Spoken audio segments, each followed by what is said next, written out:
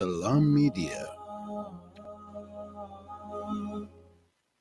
The time is just gone 9:54 a.m. and Amana IFS provides Sharia-approved insurance and investments. They are expanding nationally and looking for qualified insurance advisors. So send your CV to work, WORK, at Amana, AMMANAH.co.za. Amana IFS providing Sharia-approved insurance and investments. They are expanding nationally, looking for qualified insurance advisors. Your CV once again to work at amana.co.za. It's time now to wind down, and as we wind down, a big sporting weekend ahead. And we're talking about the UEFA, we're talking about the Champions League final in Paris, Liverpool versus Real Madrid. And we're joined by our Friday night sports presenter, Thaakir Dawood. Thaakir, Assalamu alaikum wa rahmatullahi wa barakatuh. Juma Mubarak to you. Walaikum salam night and a warm assalamu alaikum to all your listeners and viewers around the globe. Yes, I noticed earlier on we were trying to link up with you. You were driving. Are you driving alone? And tomorrow night, are you going to be walking alone? Is it the case of Mohamed Salah versus Karim Benzema? Well, you know how the old saying goes, you'll never ever walk alone. We'll just have to see what tomorrow night has in store for us. Well, certainly it's going to be it's going to be quite a huge. It's going to be a massive final because looking at both teams, they've got their strengths, and obviously making it to the final speaks volumes in itself. And I know people will come up with all sorts of theories, all sorts of predictions. What do you think, Zakir, is going to happen? Look, there's a lot to take into consideration in this game. I mean, the fact that Liverpool have had a smooth run, let's say, going into the final of this tournament. I know they did get a bit of a scare in the semi, but they managed to fight back and bounce back quite well and show why they're a quality team and why they deserve a spot in the final. Whereas Real Madrid as well have had, let's say, not a smooth run as Liverpool, but they certainly had a scare in the finals when Manchester City was leading the first leg and they came back and caused an upset at the Bernabeu and managed to overturn the deficit and then obviously qualify for the final through that. So I think both teams had to fight their way through to get to the final, and with history obviously telling us that Real Madrid won the last encounter between these two teams. Let's hope that Liverpool can do one better this time and level the playing field between the two teams. Yes, and just looking at the key players, who do you think will feature strongly? Look, most definitely Benzema has been in red hot form. Um, this entire season scoring goals, creating chances as well. He showed in the semi-final against Manchester City just what class and what quality he brings to the table.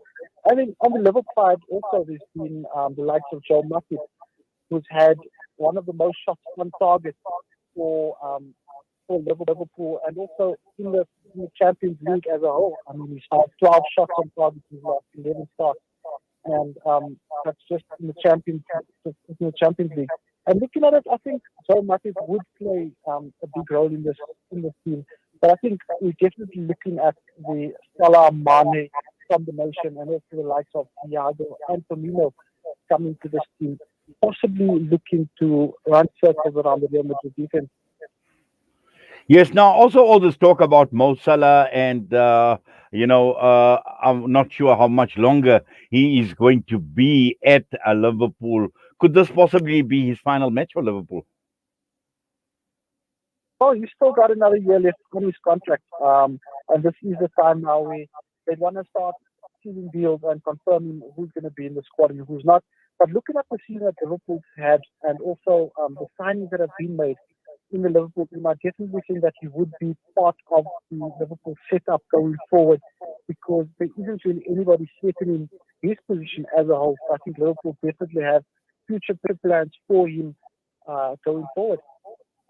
Well, certainly, and being a neutral venue, obviously playing in Paris, so there is no home ground advantage, for want of a better term.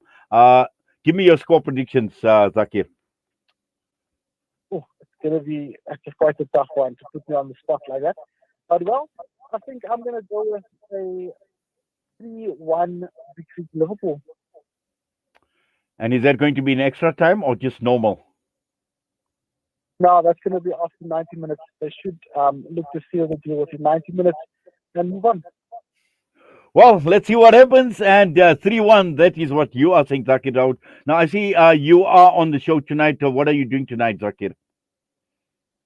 Well, tonight we've got a jam-packed lineup. We're going to be chatting all things um, Champions League as well. We're going to go into an in-depth analysis with some of South Africa's top journalists. Then after that, we're going to chat a little bit of cricket. So the media officer of the Lions, went over to Dubai for the women's fieldwork T20 tournament, where she was working as a broadcaster. She's going to tell us a bit about her journey over there. And yet to be confirmed, Alauddin Palika, the ICC umpire, will be joining us on the show this evening for our profile interview.